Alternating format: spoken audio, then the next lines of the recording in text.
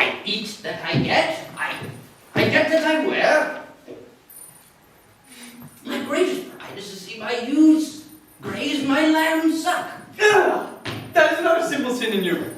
To bring the ewes and the rams together and to offer to get your living by the copulation of cattle. Oh, to be bought to a bellwether and to betray a she-lamb of 12 months.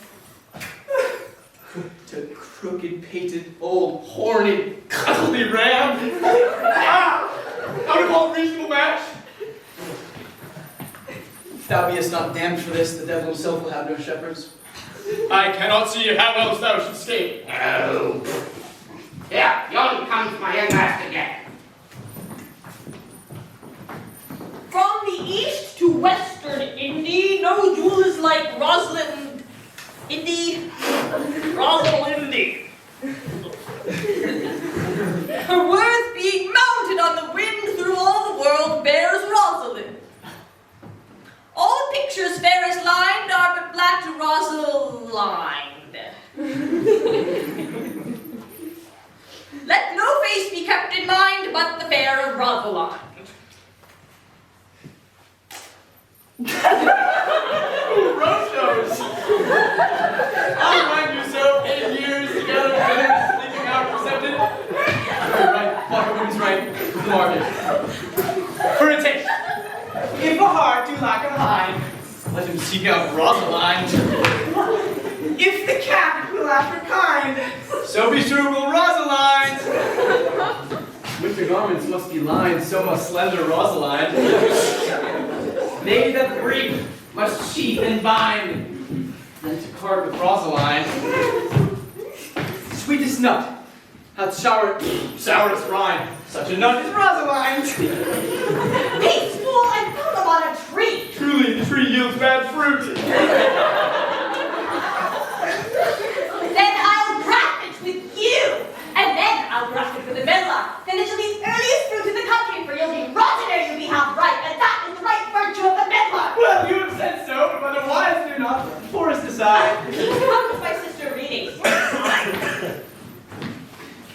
Why should this a desert be? For it is unpeopled? No. Tongues I'll hang on every tree, that shall Sibyl's saying show. Somehow brief the life of man runs his erring pilgrimage, that the stretching of a span buckles in his sum of age. Pilgrimage. Age. Pilgrimage. Some of violated vows twixt the souls of friend and friend, but upon the fairest vows or at every sentence end will I, Rosalinda, write, teaching all that read to know the quintessence of every sprite heaven would in little show. Therefore heaven nature charge that one body should be filled with all graces wide and large. Nature presently distilled Helen's cheek, but not her heart. Sad Lucretia's modesty, Atalanta's better part, Cleopatra's majesty. Thus Rosalind of many parts by heavenly synod was devised, of many faces, eyes, and hearts, to have the touch's dearest prize.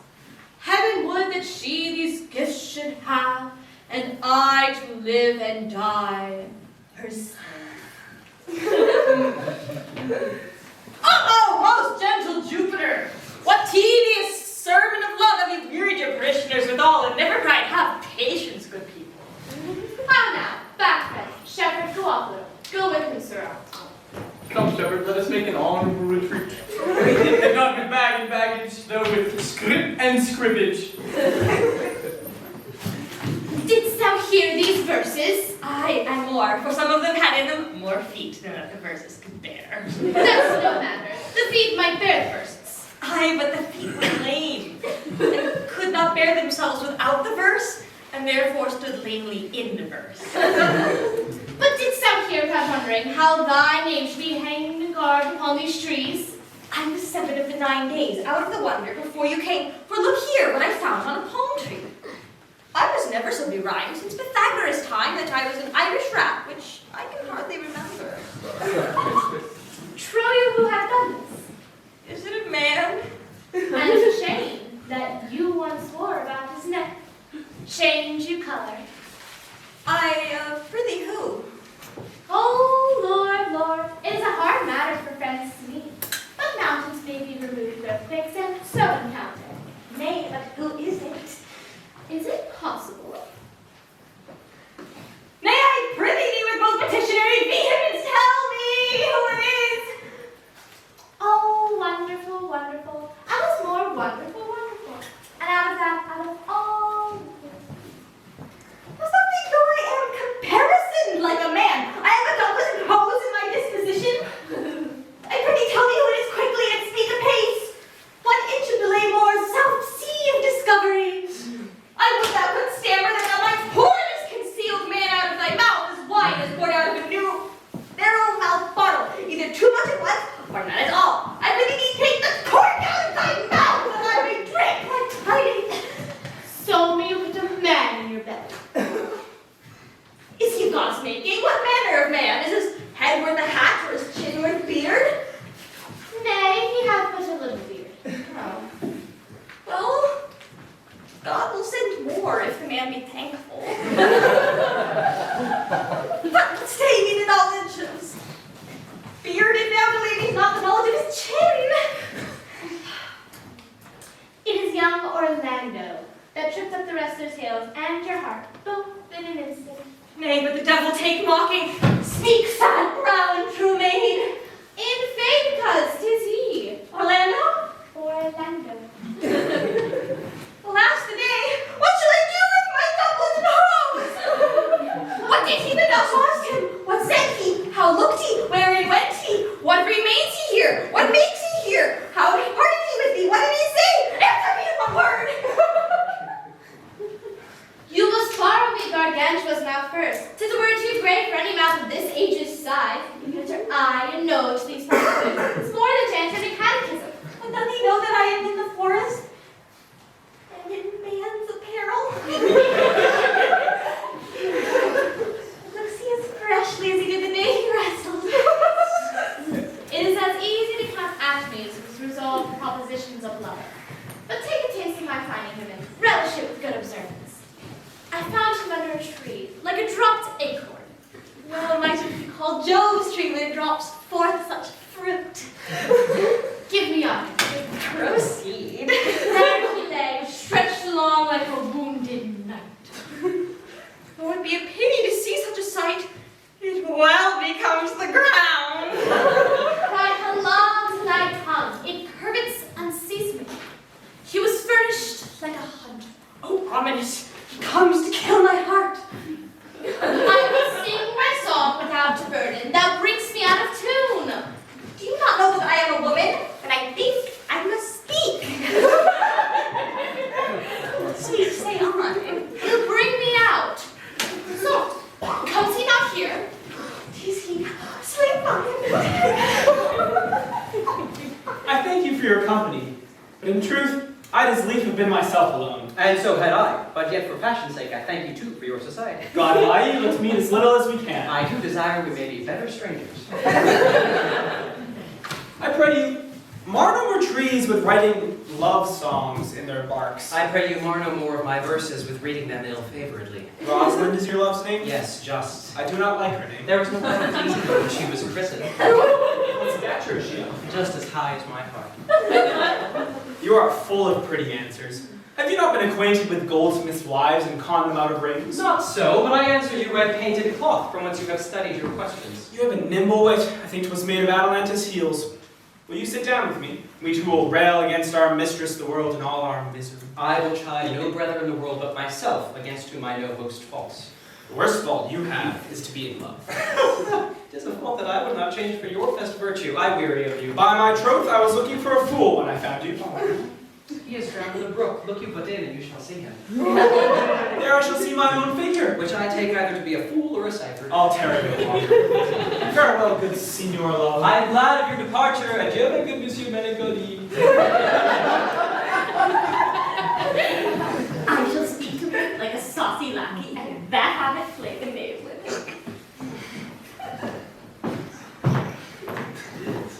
Do you hear, Forester? Ah, yeah. Very well, what would you? I pray you, what is it clock. You should ask me what time of day. There's no clock in the forest. Else there's no true lover in the forest, else sighing every minute and groaning every hour would detect lazy footed time as well as a clock. And why not the swift foot of time? Had not that been as proper? By no means. Time travels in diverse paces with diverse persons. I'll tell you who time trots withal, who time ambles withal, who time gallops withal, and who he stands still withal. I prithee, who doth time trot withal? Marry, he trots hard with a young maid between the contract of her marriage and the day it is solemnized. If the interim be but a said night, time's pace is so hard it seems the length of 7 years. Who ambles time withal? With a priest that lacks Latin and a rich man that hath not gout. For the one sleeps easily because he cannot study, and the other lives merrily because he feels no pain. This time ambles withal. And who does time gallop withal? With his beast gallows, for though he go with the soft his foot can fall, still he thinks himself too soon there. Who stays it still withal? With lawyers on their vacation. For they sleep from term to term and perceive not how time moves. Where dwell you, pretty youth? With this shepherdess, my sister, here in the skirts of the forest like fringe upon a petticoat. Are you native of this place? As the coney you see dwell where it is kindled. Your accent is something finer than you could purchase in so removed a dwelling. I'm told so of men. But indeed an old religious uncle of mine taught me to speak, who was in his youth an inland man, one that knew courtship well, for there he fell in love. I have heard him read many lectures against it, and I thank God I am not a woman. To be touched with so many giddy offences that he hath generally taxed their whole sex withal. I prithee, what were some of the principal evils that he laid to the charge of women?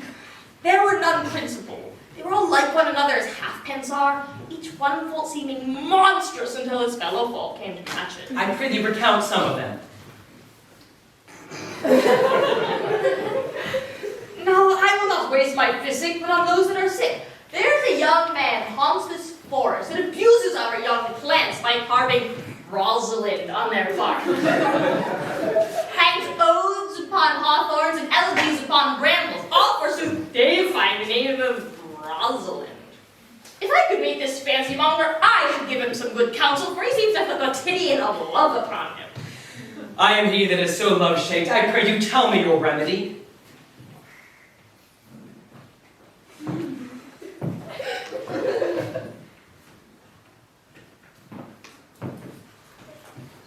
You have none of my uncle's marks upon you. He taught me to know a man in love, in which cage of wretches I'm sure you are not a prisoner. What were his marks? A lean cheek, which you have not. A blue eye and a sunken, which you have not. An unquestionable spirit, which you have not. A beard unkempt,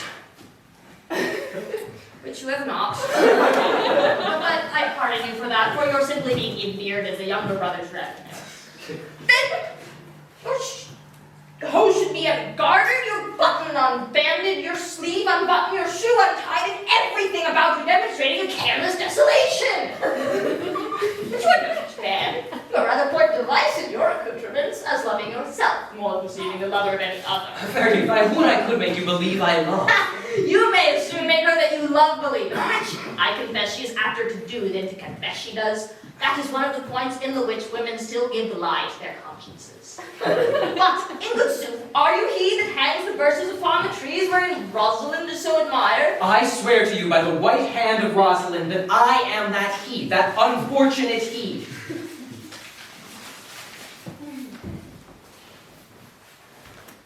Are you so much in love as that your rhymes speak? Neither rhyme nor reason can express how much.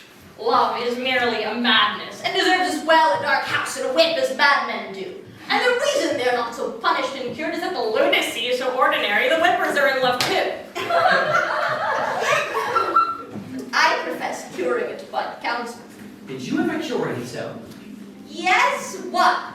And in this manner. He was to imagine me his love, his mistress, and I set him every day to woo me.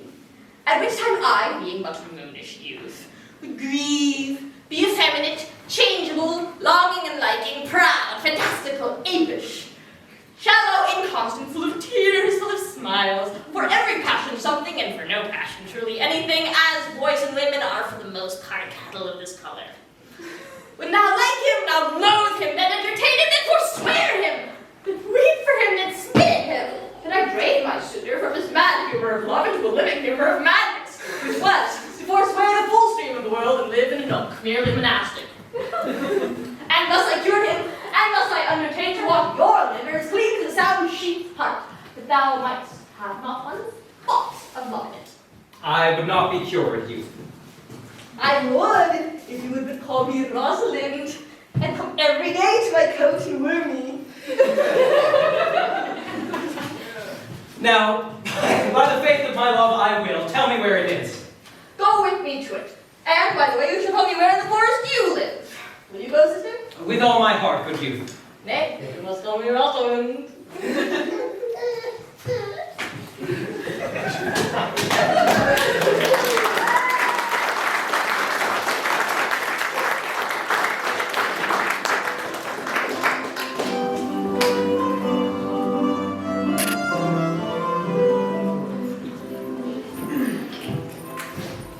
Come pace, good Audrey, come pace.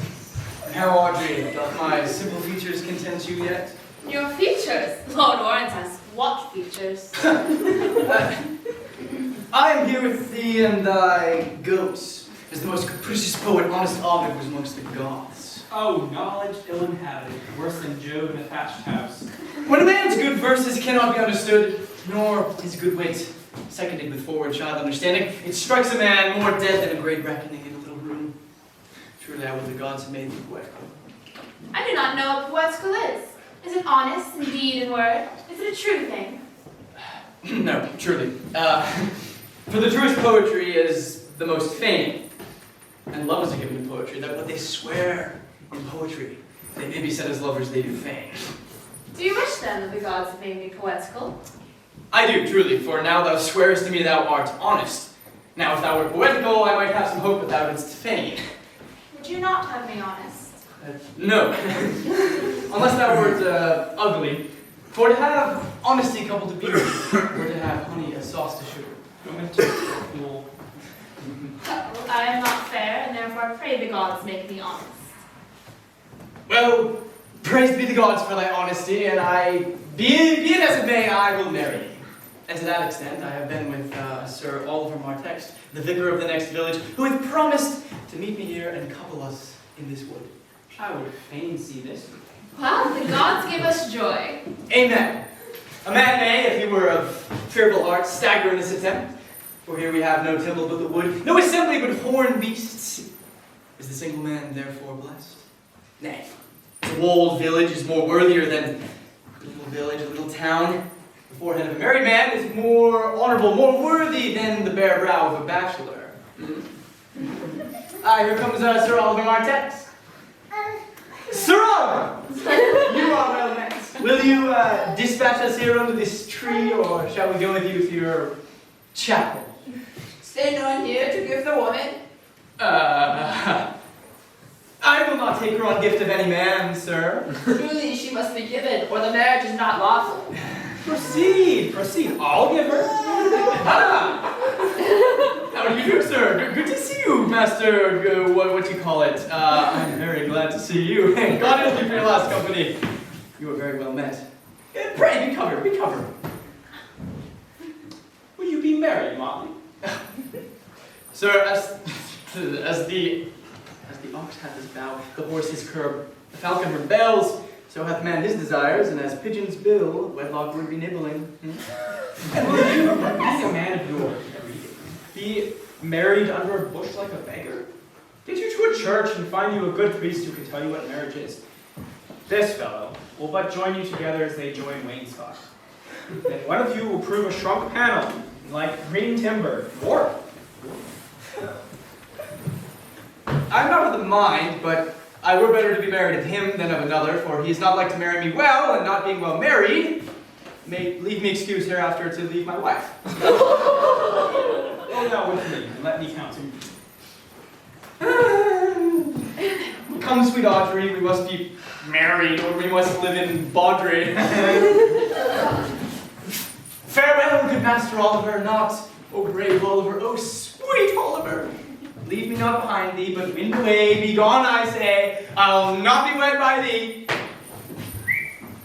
'Tis no matter, ne'er a fantastical knave of them all shall flout me out of my calling.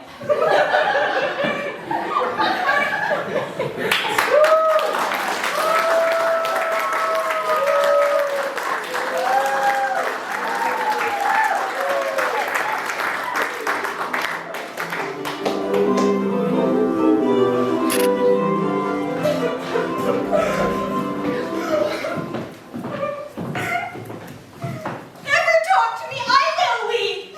Do, I prithee, but you have the grace to consider that tears do not become a man. His very hair is of the dissembling color. Something browner than Judas's. Maria's kisses are Judas's own children. He thinks his hair is of a good color. An excellent color. Your chestnut was ever the only color.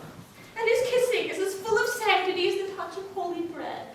He has got a pair of cast lips of Diana, a nun of which her sisterhood kisses not more religiously. Very ice of chastity is in them. But why did he swear he would come this morning, and comes he not? Nay, certainly, there is no truth in him. Do you think so? Yes. I do not think he is a purse, nor a horse dealer, but as for his verity in love, I do think of his concave as a covered goblet or a wormy inlet. Not true in love. Yes, when he is in, but I think he is not in. But you have heard him swear downright he was. Was is not is. Besides, the oath of a lover is no stronger than that of a tapster, both of the confirmer of false reckonings. He attends here in the forest with the Duke your father. I met with the Duke yesterday and had much question with him. He asked me of what parentage I was. I said, I'm as good as you. So he laughed and let me go. What talk we of fathers when there's such a man as Orlando? Oh, that's a brave man. He speaks brave words, writes brave verses, swears brave oaths, and breaks them bravely. Quite traverse and thwart the heart of his lover, as a puny Tolkien that spurs his horse but on one side, breaks his staff like a noble goose. But all's brave that youth mounts and folly guides. Look who comes here. Ah, master, mistress, you have often inquired after that young shepherd you saw sitting by me on the turf, complained of love, of grazing the proud, disdainful shepherdess that was his mistress. Well, what of him? If you will see a pageant truly played between the pale complexion of love and the red glow of proud disdain. Go rent a little and I will conduct you if you want. Oh, come, let us be moved. The sight of lovers feedeth those in love. Bring us to the sight, and you shall say I'll prove a busy actor in their play.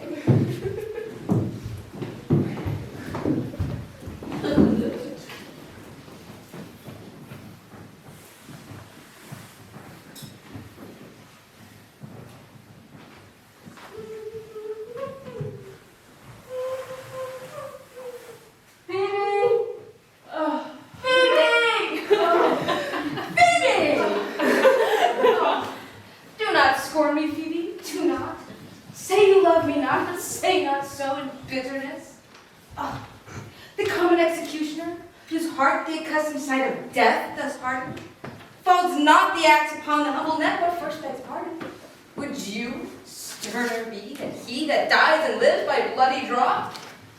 I would not be thy executioner. I fly thee, for I would not injure thee. Thou tellest me there is murder in mine eyes. 'Tis pretty sure, and very probable that eyes that are the frailest and softest things who shut their coward gates on enemies should be called tyrants, butcherers, murderers. Now, I do frown on thee with all my heart. And if mine eyes can wound, now let them kill thee.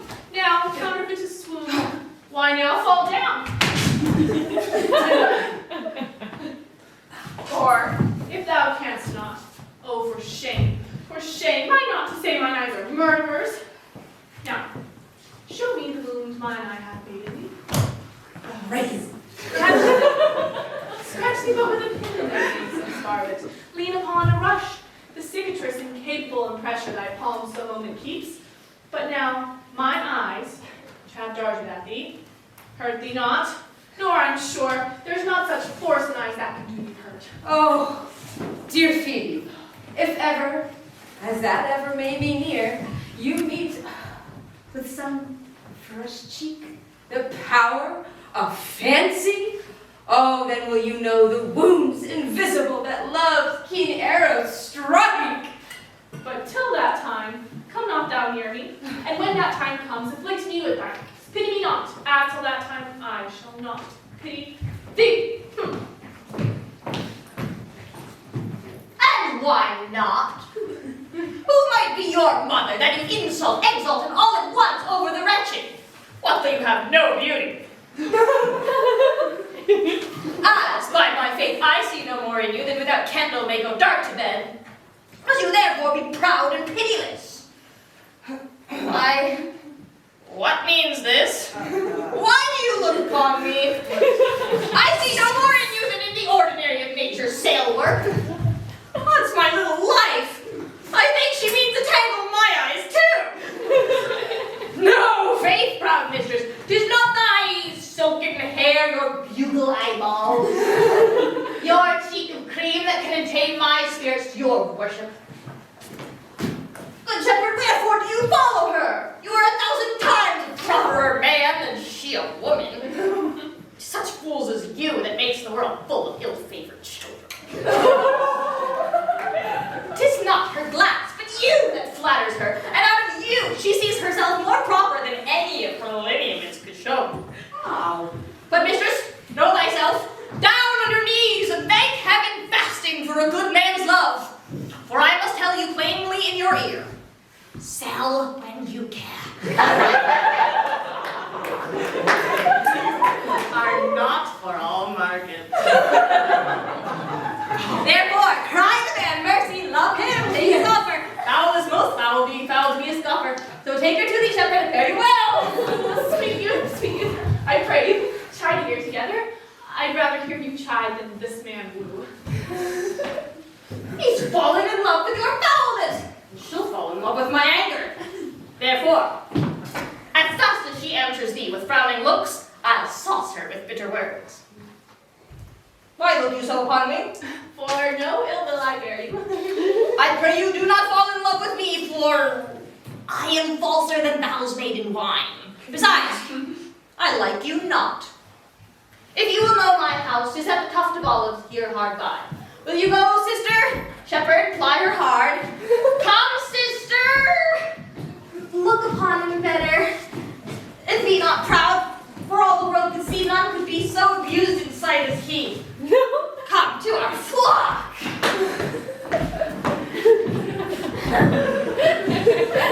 Dead shepherd, now I find I saw might. Whoever loved, that loved not at first sight.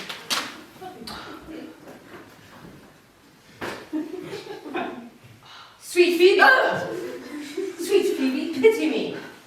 I am sorry for the gentle service. Oh, where sorrow would be, relief would be. If you sorrow at my grief in love, by giving love, your sorrow and my grief would be exterminated. Thou hast my love, is that not neighborly? I would have you. Why, thou art covetousness. Sylvius, the time was that I hated thee, and yet it is not that I bear thee love, but since that thou canst talk of love so well, thy company, which erst was irksome to me, I will endure. And I'll employ thee too. But do not look for further recompense than thine own gladness that thou art employed. Oh, so holy and so perfect is my love, and I in such poverty of grace, that I shall think it a plenteous crop to glean the ears that follow the man that doth reap the harvest. Loose now and then a gentle smile, and that I shall live upon. Knowest thou the youth that spoke to me erewhile? Not well, but I met him oft. He has bought the cottage that the old Carlick was once master of. Think not I love him, though I ask for him. 'Tis but a peevish boy, yet he talks well. But what care I for words? Yet words do well, when he that speaks them pleases those that hear. 'Tis a pretty youth, not very pretty,